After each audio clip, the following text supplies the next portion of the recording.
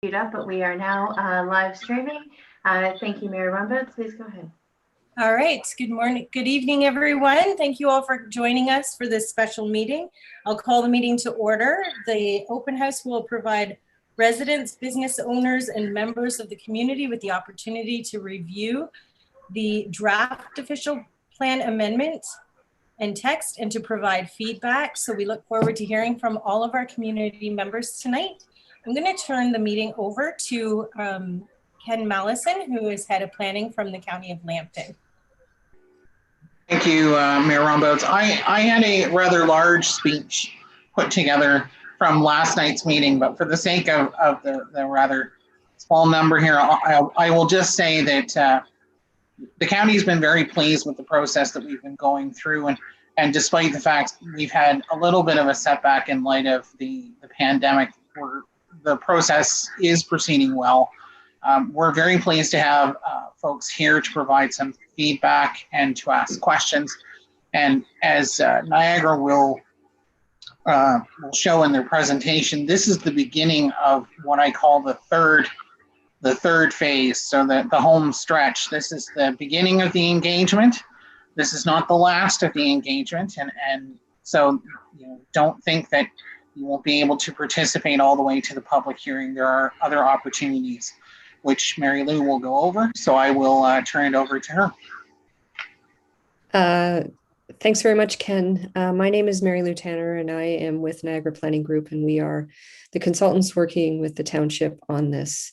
Joining me tonight are my colleagues, John Henricks, who is NPG's president, and Rhea Davis, who is the planner, who worked with us on Warwick's official plan update. You can go to the next slide, please. Just a brief overview of the agenda for our part of the presentation and tonight's open house. Ken provided the opening remarks. I'm going to take you through an overview of the official plan update. We'll then open it up to discussion and question and answers, and we'll have a few wrap-up comments about next steps. Next slide, please. So I want to start with a description of the key components of the official plan update. And for us, this has been a really engaging and exciting project to work on because the foundation in Warwick is so strong for the community structure with where growth is going to occur for housing and jobs, as well as the agricultural community. And we really felt that it was important that we build on that structure and the strengths of the community. Your council did make a decision that we would plan for growth to the year 2046. That is an option available for council and for the community, and council has chosen that time frame. I'm going to take you through some of the major policy updates that we have incorporated into the draft official plan update, and they're available on the township's website for you to review. And we'll conclude with some comments about the planned public engagement that is coming up over the next weeks and months. Next slide, please. Municipalities and communities in Ontario have one of the key responsibilities in planning for growth. It's where housing and jobs go, it's where parks go, it's where institutional uses such as schools go, playgrounds, arenas, it's where agricultural uses are and how farms thrive in the economy now and into the future. So we've created an amendment that takes this 25-year community plan based on what we saw in the official plan, the provincial policy statement, the county plan, as well as the significant amount of work that the township has done in key areas such as their economic cluster strategy. We've confirmed the importance of those commercial and employment areas where jobs will occur and the business community in the township. This update enhances the support for both agriculture and farmers, and we've created opportunities for focused community growth within what are called the settlement areas. And Watford and Warwick Village are key examples of that, as well as Arkona. Next slide, please. One of the things official plans need to do is plan for population growth. And in Ontario's system, the county determines the range of population, as you can see here, to the year 2031. And it's projected to be a maximum of 3,579 people. We compared that to information that's released annually by Statistics Canada, and every July 1st, Statistics Canada releases population estimates for each community. And you can see that Warwick's 2020 mid-year population was almost 4,000 people, or over 400 more than the county's projected 2031 numbers. It's important to understand that the county's numbers are not a cap or a maximum or a cap on development. So when you reach 3,579 growth stops, it's not that. It's a forecast. What these numbers are telling us is that Warwick is a thriving community and there's interest in people living here and there's new housing growth going on. We've worked with township staff and county staff to come up with an approach in the official plan update that will see the 25-year vision for the community carry forward, and that the county will update the population forecasts in the coming years, and that Warwick will continue to grow. But be assured that this is not a cap, and there are opportunities for growth in the township for both housing and jobs. Next slide, please. These are the major update elements that I'm going to touch on this evening, and I won't spend time reading this list because I'll take you through each of these topics. But these are the major areas that we felt were important to highlight this evening. Next slide, please. In terms of the area of housing, one of the things that municipalities are really responsible for is implementing housing within the community, both in the urban or settlement areas and the rural areas. And making sure that there's housing going into the future and a supply of land is critically important. And you can see in the earlier slide in population why that matters, with Warwick having exceeded the forecasted population. We do support residential development in Warwick Village in this update, as well as in Watford. We've also provided policy initiatives to support rural growth and ensuring that the rural community is a focus for people moving to the rural part of the township. There's a commitment to affordable housing consistent with the Lambton County official plan. And we've included policies for what are called additional dwelling units. It could be an apartment in a house. It could be an apartment over a garage. And we've also included the provision for providing for an additional dwelling unit on a farm. Next slide, please. We've spent some time looking at the local economy in Warwick and the key areas where jobs are going to occur. Part of the update includes additional policies to support the commercial area in downtown Watford and making sure that it continues to thrive. We've updated the planning for more jobs in the Highway 402 area and ensuring that that area is protected for jobs in the future. There's been some updates to the transportation policies, and we've incorporated the work on the economic cluster analysis that Township did into the employment sectors with growth opportunities in the official plan update. Next slide, please. One of the things that we've turned our minds to is the importance of agriculture. And in this first part, enhancing farm viability is about addressing minimum farm size, being consistent with Lambton County's official plan for Warwick, which is 38 hectares. We've also brought in additional policies that reflect opportunities in the agricultural economy. In Ontario, it's called farm diversification. It's things like agricultural related businesses. A winery is an example, a meadery, a cidery, agritourism, which would be something like a bed and breakfast or a corn maze. Pick your own farms can sometimes be characterized as agritourism, and farm-related businesses that sell the goods and services that farmers need and locating those in the agricultural and rural areas. Next slide, please.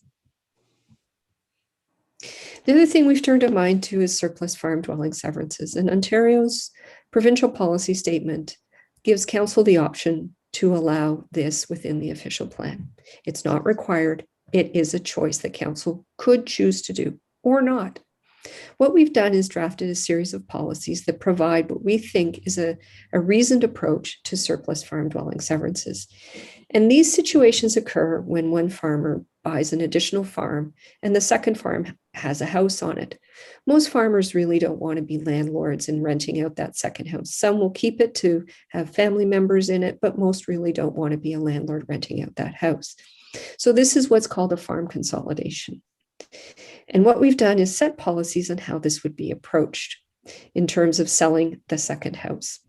The dwelling must be in existence as of the date this amendment is adopted by Township Council, therefore setting a baseline so we have information from air photos and building permits about what's on the ground. We've also put in place a process piece where Ontario's requirements are implemented through a rezoning, and that rezoning is the first step in the process. The rezoning would require what's called the remnant farm parcel on the second farm, the lands that are going to continue to be farmed, to be rezoned to agricultural purposes only, and prohibiting another house being built on it. Only when council is satisfied that the surplus farm approach for that particular farm is appropriate, would it then proceed to a severance. In this way, council and the community have the first say, and it's a broader review, and it's a more engaged review within the community. And we think this process piece is equally as important as considering surplus farm dwelling severances. Next slide, please. I'm going to turn it over to John Henricks, who's going to speak about short-term vacation rental units. Thanks, Mary Lou. With short-term vacation rentals, commonly accepted are bed and breakfast. They're owner-occupied and generally well-run and don't create too many issues in neighborhoods. And of course, cottages are also pretty popular in this area. Perhaps not as common in Warwick as other parts of Lambton County, but certainly well understood in Lambton County generally. And what we're seeing in many municipalities across Ontario is the emergence of Airbnb, which really isn't the traditional bed and breakfast, and often, they're run remotely by others not living in the community or connected to the community other than the properties that they own. So we're finding in some municipalities that there's some new tools that need to be available. So what we've tried to do here, and this is not something that you're required to do, this is something that's available to you and to the council, and we're recommending some policy changes that would assist at moving forward if it becomes a bigger issue in the township. And that is that we would be proposing that any non-owner occupied vacation rental would be required to go through rezoning. As well, we'd be proposing that these vacation rentals be limited to 3 guest bedrooms. Now, there's a reason for that. Part of it's related to the building code as well. I'm as a planner, we're not fussing over 3 or 4, but I think there's some other considerations. Without getting into the weeds of those, we're recommending 3 guest bedrooms. Anything more than that would need the rezoning. And this would go for any short-term vacation rental with more than 3 guest bedrooms moving forward, including the traditional bed and breakfast owner-occupied. Those going over 3 guest bedrooms would also need a rezoning and some form of site plan control. And that might include things like ensuring that there's sufficient on-site parking and that the landscaping is well maintained and sufficient and in keeping with the neighborhood around it. As well, we're also advising that additional dwelling units should not be made available to short-term vacation rentals. Those additional dwelling units are meant for rental housing, permanent housing, not vacation rentals. So that sums up some of the highlights of the policies that we're proposing here for council's consideration. And we hope it's helpful to the discussion around what is emerging, as I say, across Ontario. Is a bit of an issue now, is the Airbnb phenomena. Thanks, Mary Lou. Thanks, John. Next slide, please. Another emerging issue and a change in policy in Ontario is green energy. You may be familiar with this as industrial wind turbines, or you can see these solar panels on the roof of houses, or in some instances, you see larger pieces of property with solar panels on it, providing energy to the community and to Ontario. In the past, green energy projects were provincially decided, and local councils such as yours could provide comments on those applications. There's been a number of changes to the legislation, and now the decisions on green energy are solely before council, and the council decision is not available to be appealed to the local planning appeal tribunal. So council has the first say and the last say on it. What we've done in this update is provided some more policy context around green energy projects and where they would be appropriate and what should be considered in looking at a proposed green energy project. We are recommending that a rezoning is required for all green energy projects. So it puts it in the public realm before council and requires the applicant to justify through an application with community input that the green energy project is appropriate for Warwick and it's appropriately located. As I said earlier, the decision-making on the rezoning would be with Township Council, and there is no appeal of that. So it's now a process update, but it's also a policy update, and it will allow more empowered community decision-making on green energy projects. Next slide, please. And this is another emerging issue in Ontario, and it is the growing of recreational cannabis. And previously, communities had dealt with the growing of medical marijuana. And with the legalization of recreational cannabis, communities are facing issues. So we've taken an approach that tiers how the application process is required. And there is an important place for process in dealing with something emerging, such as cannabis or green energy or short-term vacation rentals. Really, it's making sure that council is the decision-making authority. So the first approach in industrial areas, which typically do not have a lot of neighbors around them that are residential, cannabis growing would be indoors, subject to certain requirements related to the site plan, and dealing with issues such as noise, odor, lighting, security, water runoff, parking, truck traffic. But that would be through a site plan approval. Indoor cannabis in agricultural areas would be subject to rezoning and site plan. And the reason for this is we're seeing in communities across Ontario, particularly agricultural communities, that there can be impacts from this. So we want council to have the ability to say yes or no to the size and scale of a proposed facility through the rezoning process. And it is a public process. So it does provide the community opportunity to speak to the applicant as well as council. Some communities are now dealing with potential cannabis growers who want to grow outside in agricultural areas, so have a field of cannabis growing outside. We don't think that that's appropriate at this point in time. We're still early days in the growing of recreational cannabis and understanding how and where it should be permitted and how we're going to manage this in each of the communities.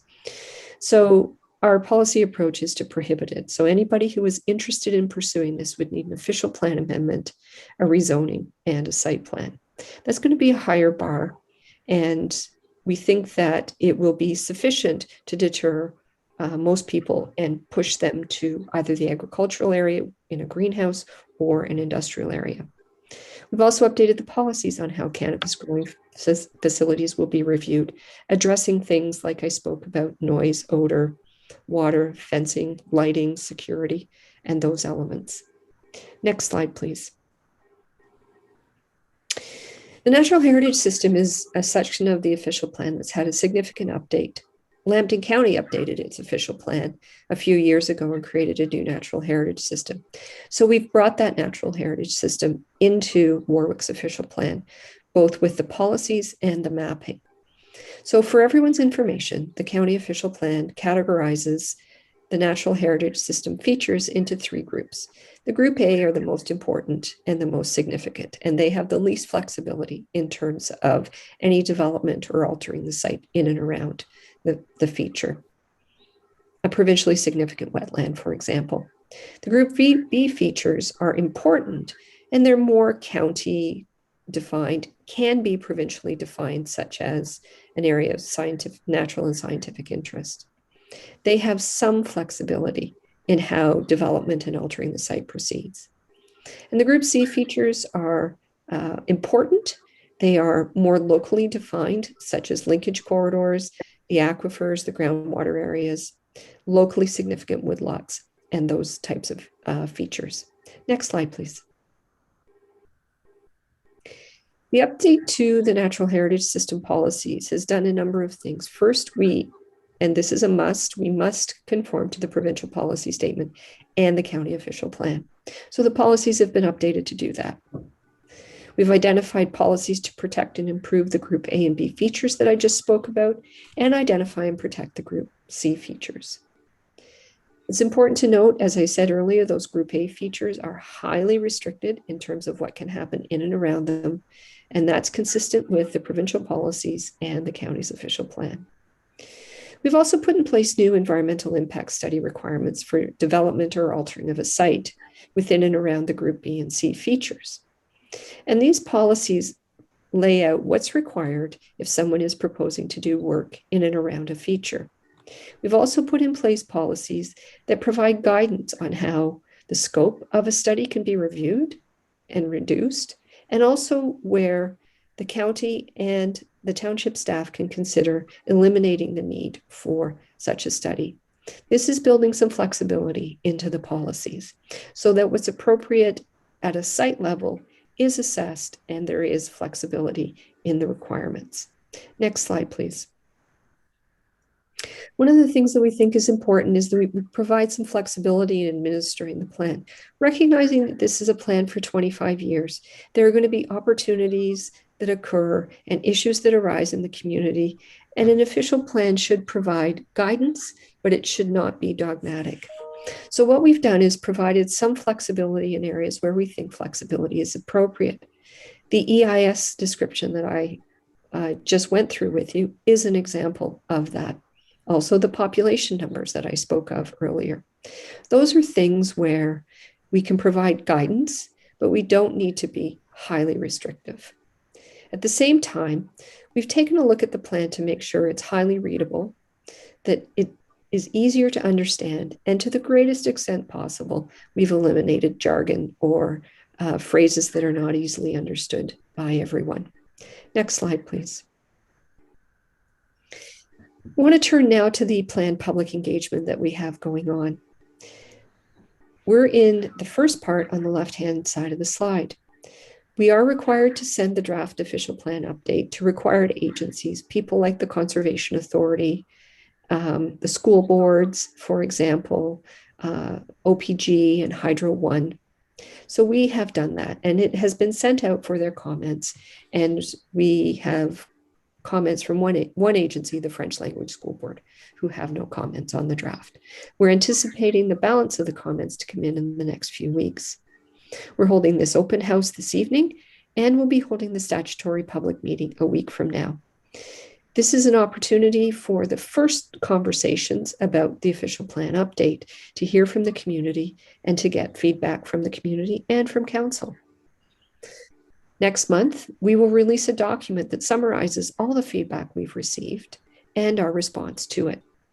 And we will include the agency circulation information as well, so everybody can see what everybody is saying about the plan and our recommendations for updates and changes based on the feedback. We'll come back with you in June for another round of council and public engagement to share with you those updates in a public forum, as well as the changes we've made based on those updates. And finally, it's our anticipation that we'll be bringing the final plan to council for adoption in July of this year. Can we go to the next slide, please? Just before I wrap up, I want to reiterate a number of our findings that we're very confident in saying to you as council in the community. There is a strong foundation in Warwick for the future. The official plan has a very, very clearly defined structure for the community. It has very well-defined places for housing and jobs, and that's critically important in planning for that 25-year growth. We do recognize that there's some issues still that we need to resolve in terms of a potential land swap. We'll need to work with Lambton County on that because those types of issues need to be dealt with at the county level first. But fundamentally, this plan and this update builds on the township's vision for the community, incorporates so much of the work that the township and council have done in terms of strategic planning and economic cluster, and a whole host of studies and work that has been done. So we're really pleased that we've been able to work with you, with the county, and with the community on this plan and provide this update. If we can go to the next slide, please. Just want you to know that we still want to hear from you. You know, this is an opportunity this evening to share your questions and your thoughts on the official plan update. It's the start of the conversation. You can absolutely email and send your comments in writing. We welcome that. And the email address is officialplan@warwicktownship.ca. If you want to speak to someone, you can contact Amanda Gubbles. We are in regular contact with Amanda and Phil Ruff, who's the planner from the county that works with Warwick Township. And they too, as well as our team, would be happy to speak with you and happy to hear your comments and your feedback. With that, I'll conclude my presentation. And if we could take the presentation down, we can see who's here and start the conversation. So, is there anyone who has questions or comments? Yes, Councillor. Two questions. Going back to the surplus farm dwelling severance, you mentioned in your presentation about 38 hectares being the farm size. Yes. Is that before or after the severance? It would have to be after the severance. Okay, the problem I see a little bit with that is anybody that has the 402 going through their property, which they didn't have a choice on, is basically going to be eliminated from the severance program. Because the 402 has already got them down to 30. I don't think that's quite fair. We'll look into that. Thank you for bringing that to our attention. The other quick question I had was, you mentioned about the cannabis growing.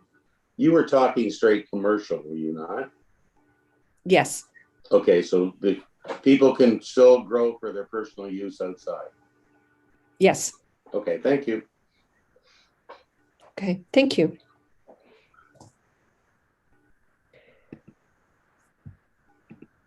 Mayor Rombouts? Yes, I was wondering at what point in the process we look at the map and decide what is going to be reallocated as residential and what we're going to leave as agriculture, and how that process works. Thank you. So that's a good question. And I was somewhat alluding to it towards the end of my presentation. It's something that we can work on and absolutely have a conversation with council and your staff about. It does require the county to update their official plan first. So as part of this process, it would absolutely be worthwhile to have that conversation and identify where those areas are. And then outside of this process, work with the county on updating that. And then once the county plan is updated, it's a very straightforward update to your plan. So will that be a separate meeting then with council and yourself, or how does that work? We could certainly plan for that conversation at any one of our upcoming meetings. We can work with Amanda to identify a meeting where that could occur. It could be as soon as next week, or we could do it in June. We'll put our heads together on that. Okay, thank you. Thanks.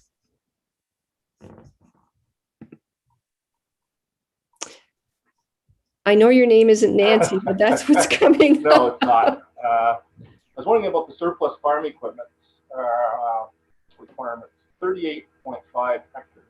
I think that's around 85 acres. Is that about right? It's 2.5, so it's a bit more than that. A bit more than that.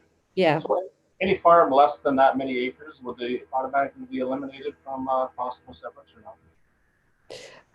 From a surplus farm dwelling severance, yes. It would be. So Yeah. if the farm's only 80, it's an 80-acre farm, and they want to sever a house, they would not be allowed. That's right. That's provincial, isn't it, Mary Lou? Like, that's not a decision made of council, that's a provincial requirement, or how does that work? So the 38 hectares is a county requirement. And it's something that we'll have to go back and look at with county staff and Phil and Amanda about how that translates to when there's a surplus farm dwelling severance proposed, and if there's flexibility to be found in that. I think we need to take another look at this issue, to be honest. Because there is a lot of farms out there that aren't the perfectly rectangular 100 acres. Right. Yeah. Yeah.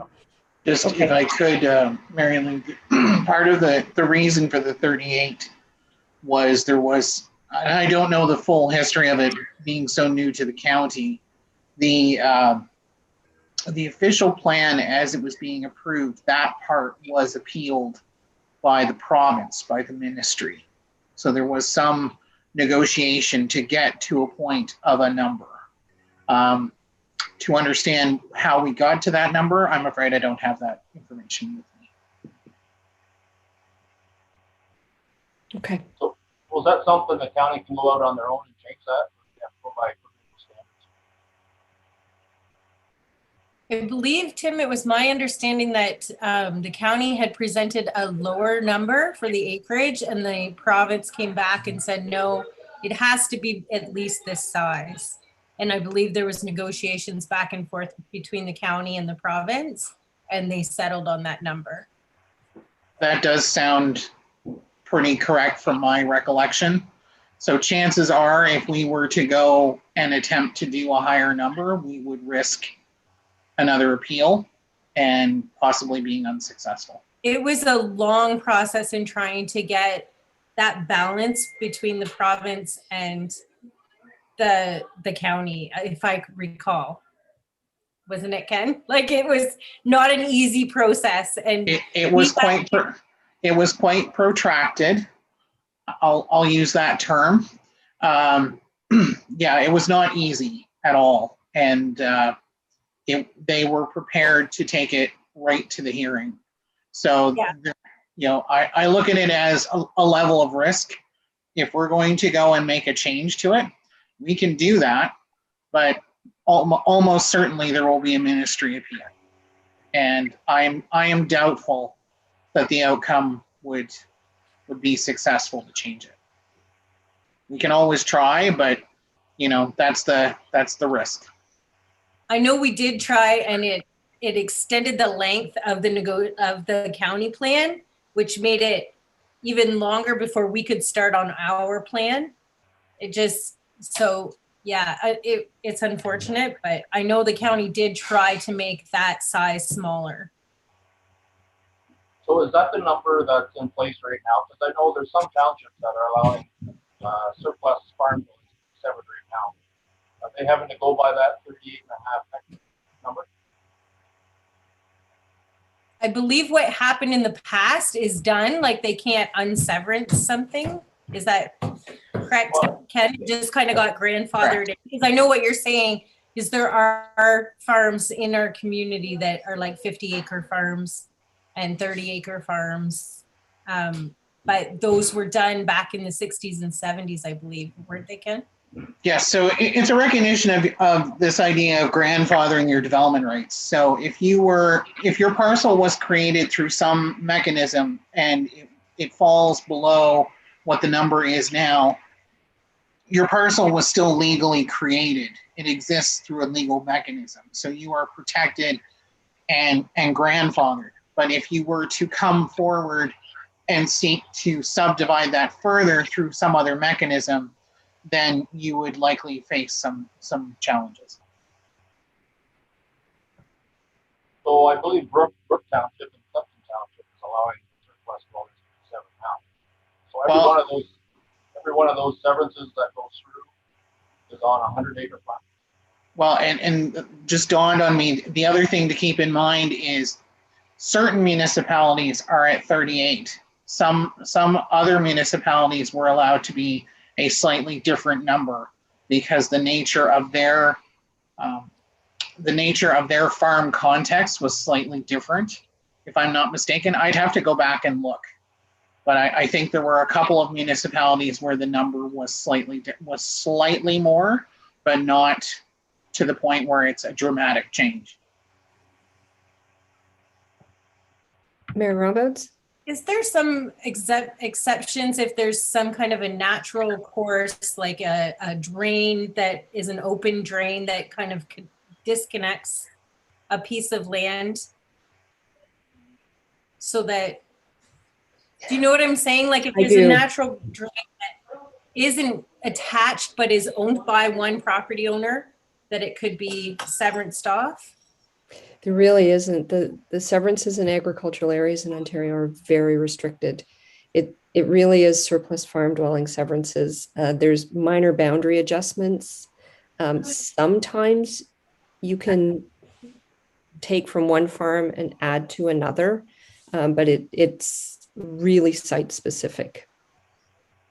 Mary, if I might, there's it's not part of the consent process. You wouldn't go to the committee of adjustment. It would be something that a lawyer might be able to take up with regard to navigable waterways, but that's not something that would be part of the process that we're looking at here. So you're going to hear about stuff like that, but that's not really inside the bounds of policy. That's a separate legal process that we really don't have any control over. That's all that I think you're probably hearing, that sort of talk around. It happens from time to time. It's very much an exception, and you'd have to establish it's actually a navigable waterway, and that's a process in and of itself. But that's outside of the bounds of what we're talking about here in terms of the policy, if that helps. That's likely where that's coming from. Mayor Roberts? Just to add to Councillor Morris's comment, there's also the CN Railway that takes away some property from farms as well. So maybe that needs to be looked at as well. Okay, make some notes on that.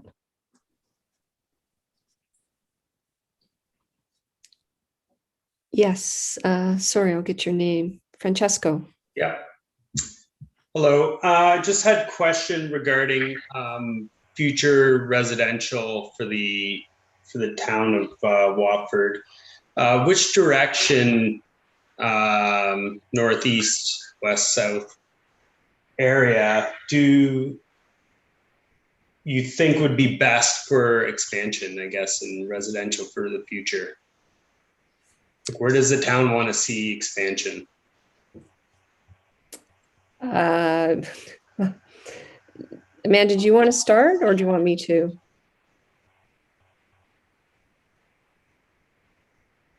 I think, Mary Lou, go ahead, based on our conversation. Sure. So it's northwest and adjacent to the existing settlement boundary, but northwest, and looking to add residential area.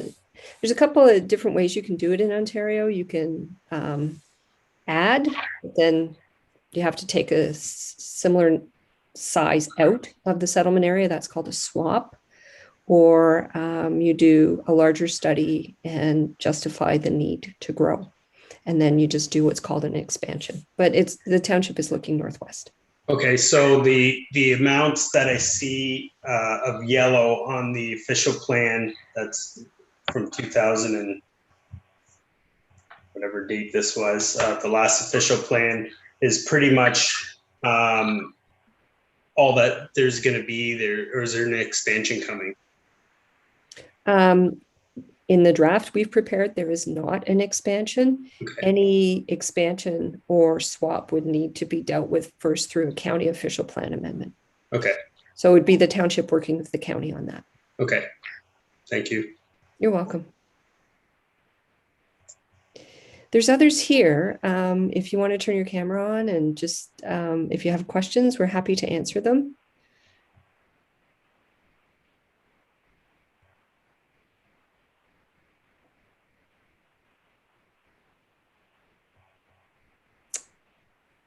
We'll ask again if there's anyone with questions. Yes, Sorry, just before we take your question, Francisco, the gentleman who spoke earlier, who's shown as Nancy, we're just trying to take minutes. Sorry, you didn't say your name, so if we could just get your name so that we can identify you in our minutes, that would be helpful. Sure. It's Tim Morgan, M-O-R-G-A. Thank you. Sorry, go ahead, Francesco. Another question regarding commercial lands along Nauvoo. If there was a possibility of adding some residential, maybe a little bit more medium density in those lands, is that something that would be very difficult to get as far as rezoning? Or I'm just looking at the map here.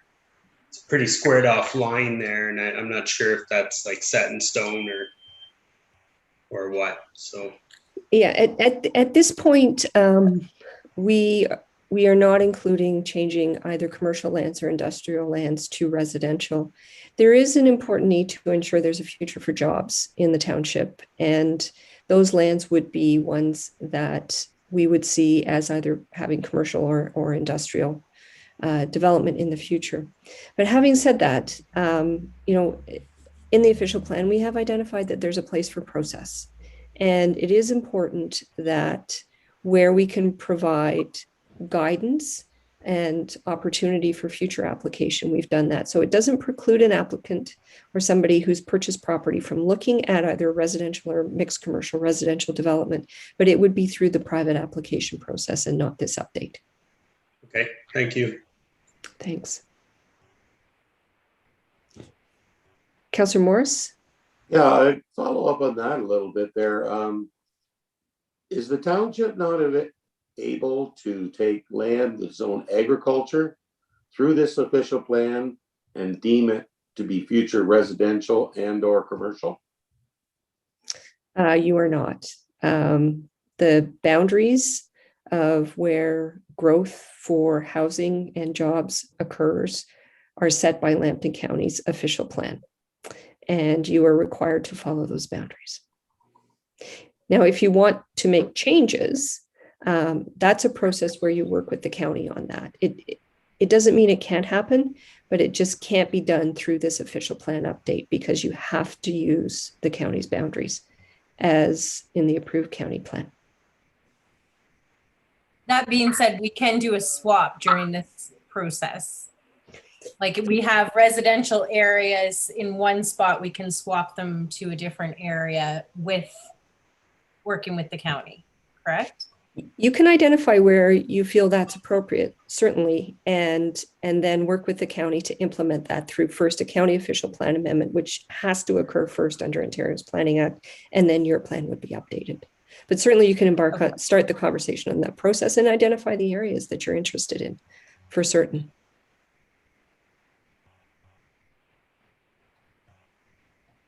Yes, Francesco? If I had a piece of land with residential allocation to it and I wanted to move a portion of that to another property, is that something that is doable? I'll give you a solid maybe on that one. And the solid maybe is because if it's within the settlement area, so I'm going to use just Watford as an example. If you're moving around within Watford, we can absolutely look at that. If you want to take that residential and put it on agricultural lands outside of Watford, that is not an option in this process. So, thank you. Okay. Councillor Morris? I guess this question is for Ken. Ken, why wasn't the township's official plan done before the county's so they would hear what we wanted in our township? Like right now, you're telling me the county official plan is done and we can't change because of the county. I don't understand that. Well, my understanding, and keep in mind I've only been in this role for about 7 months now, is that the townships were engaged as part of the county official plan process. So the county is responsible for setting all of the settlement growth boundaries for all of the local municipalities within our jurisdiction. So it's not just that we're setting your settlement boundary, in Watford. We're doing that for Plimpton, Wyoming. We're doing it for Sarnia. We're doing it for everybody. And what the provincial policy statement and the Planning Act speak to is that we need to look to make sure that we have a land supply that provides each of the local municipalities sufficient land for residential growth. Originally it was 20 years, and now there's the possibility of 25 years, which is what you have directed this update to be. It's not uncommon that certain documents get out ahead of others. So for instance, in one of my previous roles, we had a plan that was local that got out in front of a plan that affected the entire municipality, and it creates a bit of a disjointed process. Unfortunately, these things do happen, and sometimes we do have to roll with the situation we're in. That said, there are always opportunities for the county to initiate a plan amendment, just as the township itself, once this plan is adopted, if it wants to amend its own plan, can do that. But there will have to be discussions on how we move forward. And as Mayor Rombots has pointed out, there's opportunities for us to look at an official plan amendment at the county level for a swap. If we're going to go and actually go beyond a swap and add additional lands, then that might be a little bit more of a process, because the PPS is very clear about how that process works versus a swap. I hope that answers your question. Thank you. Thank you. I just want to comment on that, Councillor Morris and Ken, also about the order in which the plans were updated. So it is my understanding that in the past, the county as the upper tier and setting those boundaries for all lower tiers does typically go first, and that consultation does happen.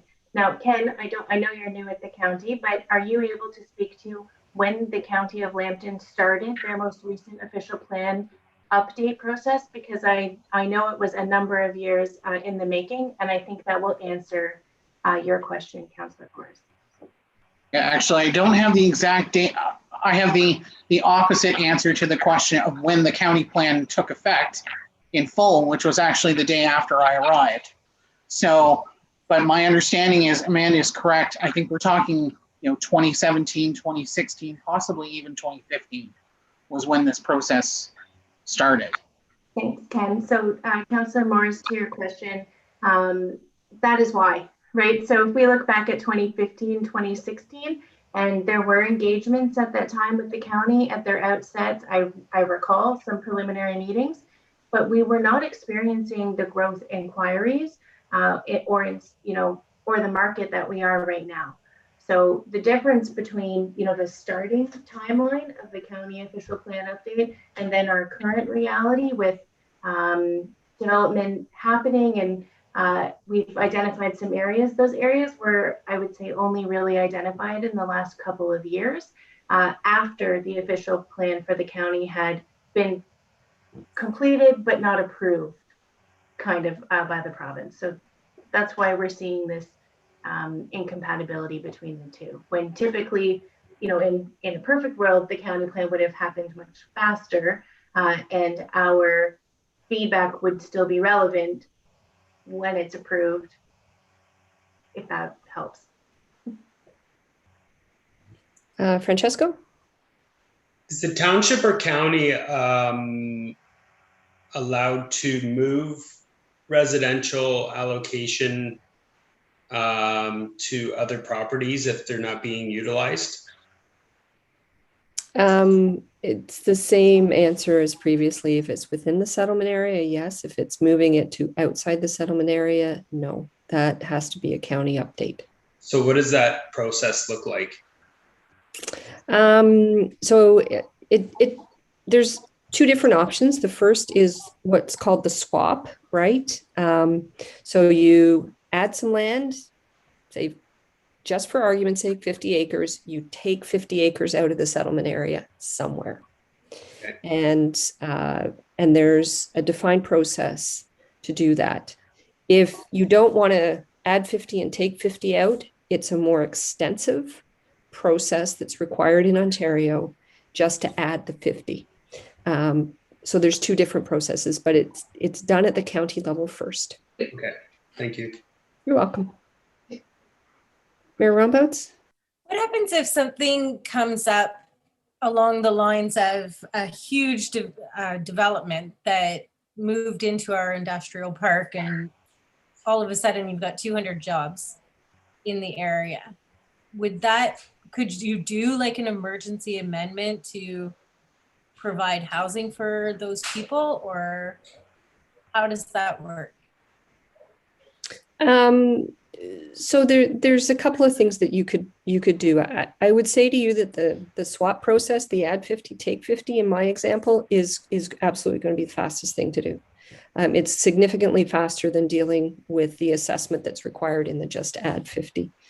The other option, although it's quite controversial right now, is to seek a minister's zoning order to change your settlement boundary, to change the county's and yours at the same time. I'm not saying that that's happening. I just was curious.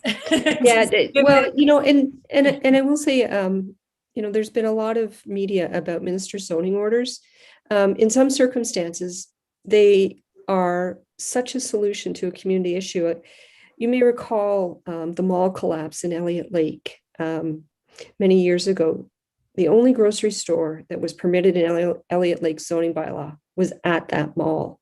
And there was a minister's zoning order to change Elliott Lake zoning to allow a grocery store to be located elsewhere in the community because it was such an emergency issue for the community. And it was an appropriate use of a minister's zoning order. There was no other fast solution for an issue that was just such a presence in the community. And communities need grocery stores. So, you know, that's where you see the appropriate use of a minister's zoning order. I'm in no way commenting on the number that have gone on recently or their appropriateness, though, just to be clear.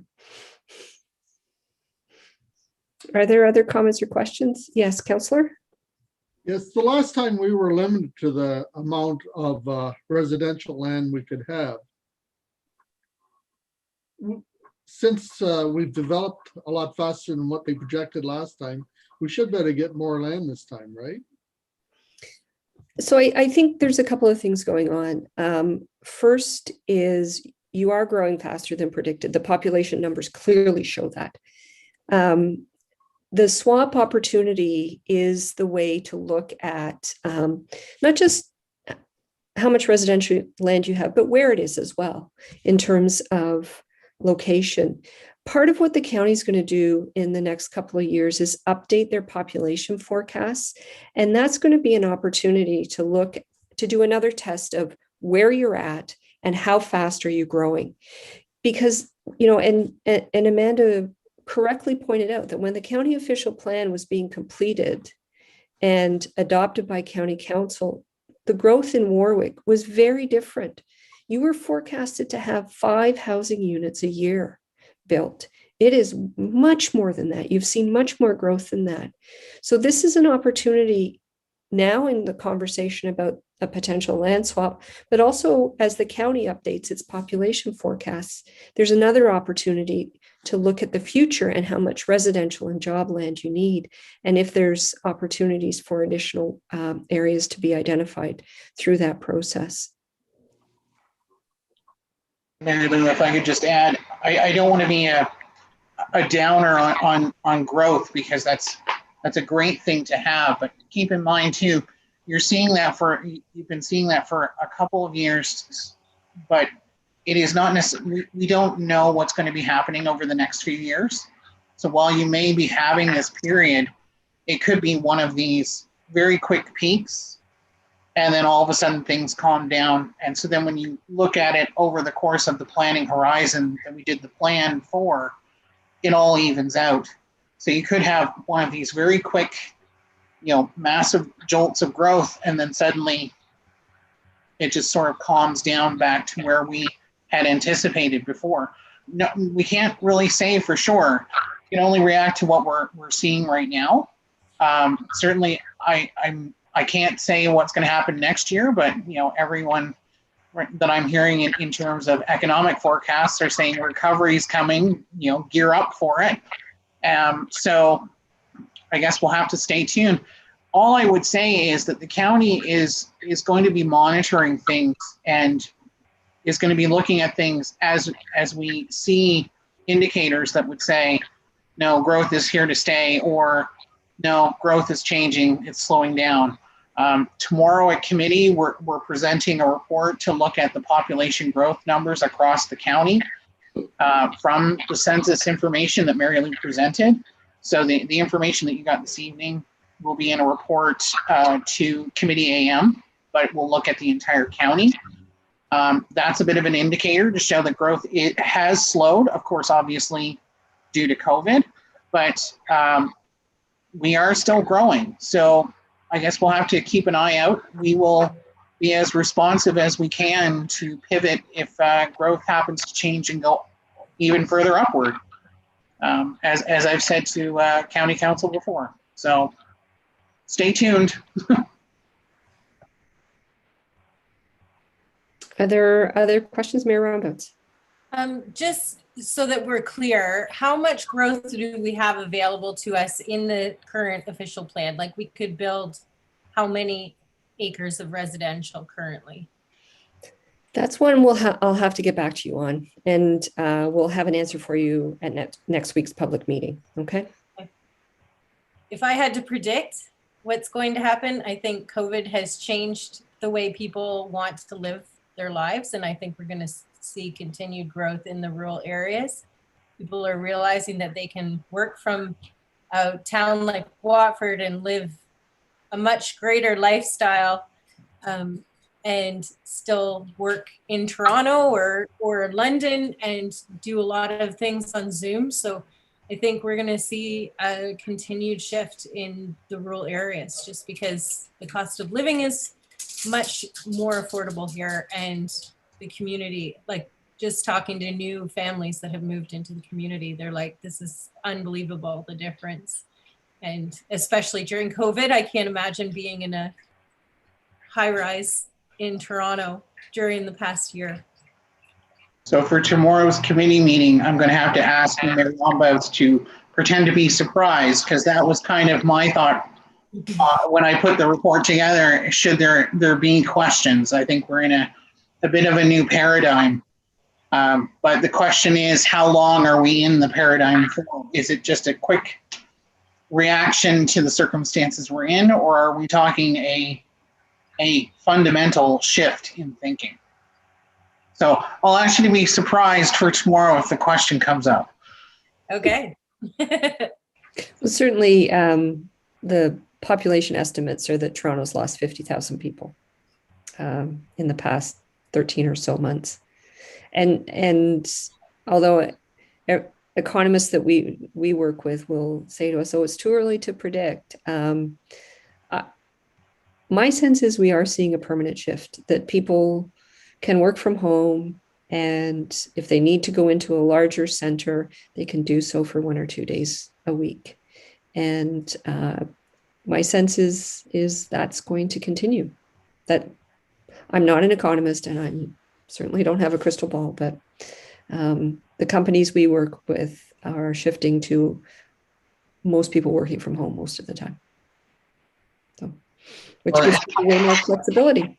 And if, as the newbie and outsider, I've been watching how the market's been responding to the GTA effect, and having just come from the East Coast and their reaction to this shift. And you hear the stories about how the markets, in Halifax and New Brunswick are changing. What I think they're missing is this understanding of mobility, labor mobility, and that's all regulated at a provincial level. And so, yes, there's been some major exemptions to labor mobility across the country in light of the pandemic. And when we go back to a sense of normal, that's going to be a huge challenge to deal with, which will probably put the brakes on things outside of Ontario. But I think for us within Ontario, it's a whole different story.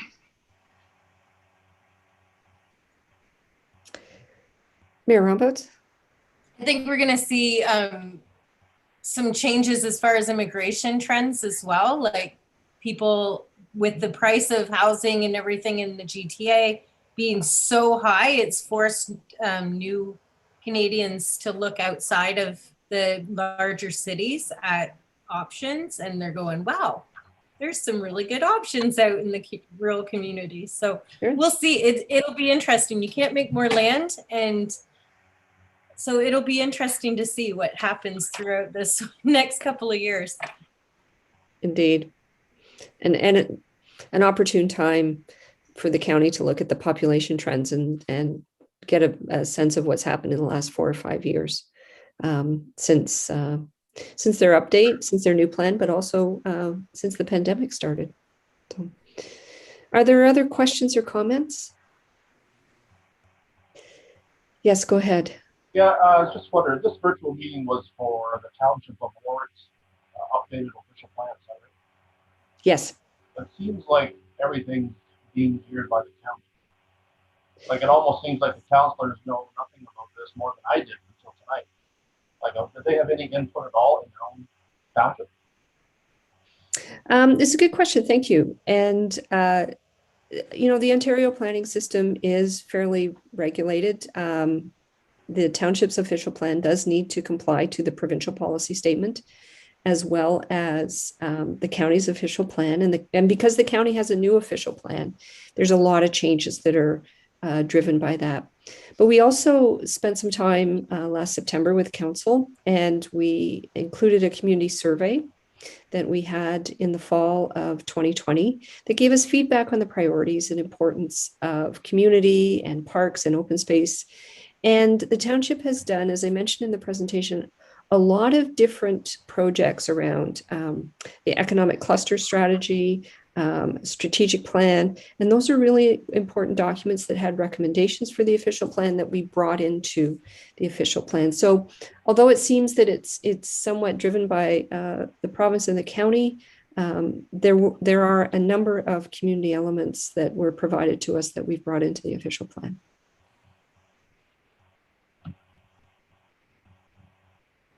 Are there other questions or comments?